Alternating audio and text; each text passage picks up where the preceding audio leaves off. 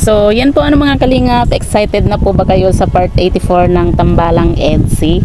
Grabe mga kalingap. Mag-charge na po tayo dahil mamaya na po yung part 84 nga po ng Tambalang EDSI at talagang kaabang-abang nga po. At yan nga po mga kalingap, grabe na-miss ko po yung music po ng EDSI nga po. Kung napanood nyo po yung premiere po ni Kalingap Rob nga po sa Facebook, grabe. Sobrang na-miss ko po yung music po ng EDSI nga po, grabe, nakaka-excite. Wala po yung ipinakita po ito po si Kalingap Rob, kundi yung sa dagat.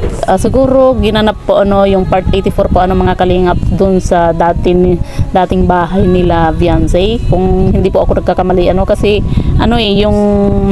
yung video po mga kalingap parang dun sa tabi po ng dagat, kaya nakaka-excite po mga kalingap. At yan nga po bumawi po talaga si Kalingap Rob nga po dahil lobat na po yung EDSI fans.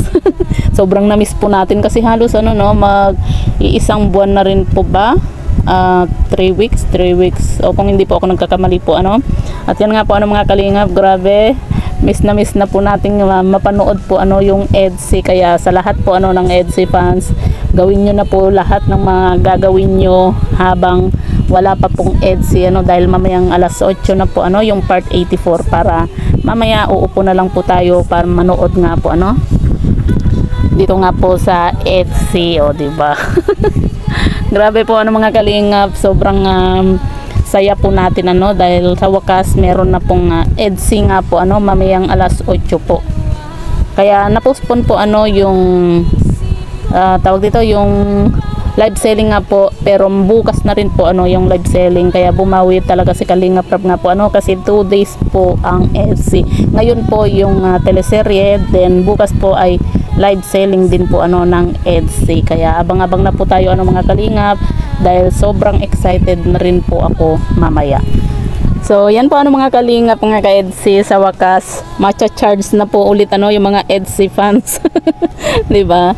At yan nga po, kaya lang naman po bihira po makapag-upload po si Kalingap Rob nga po ngayon sa EDSI, dahil nga po sa busy rin po itong si Beyonce nga po, kasi hindi naman po katulad dati po mga kalingap na pwedeng kumbaga maraming time si Beyonce. Tapos syempre ngayon iba na po kasi dahil nga po sa high school ay college na po itong si Beyonce nga po, kumbaga talagang busy na nga po at maging si Kalingap Edo na nga rin po yung nagsabi na busy nga po lagi itong si Beyonce. Kaya kahit gustuin man po nila na mag-shooting nga po para sa part 84 po ng EDSI, pero syempre ngayon lang po nangyari dahil nga po sa laging busy itong si Beyonce nga po. Pero ang mahalaga po mga kalingap, meron na po tayong mapapanood po mamaya at lagi rin naman pong nagkikita po itong si Kalingap Edo at Beyonce nga po off cam. Yan po yung mahalaga po, dahil nga po sa marami po yung mga nagsasabi na may mga pasabog daw po yung mga basher nga po na kesyo kung ano-ano na naman yung sinasabi nila, na wala na daw pong EDSI, etc. Diba? So yan po mga kalingap, abang-abang na lang po tayo mamaya at ilang oras na lang EDSI na po.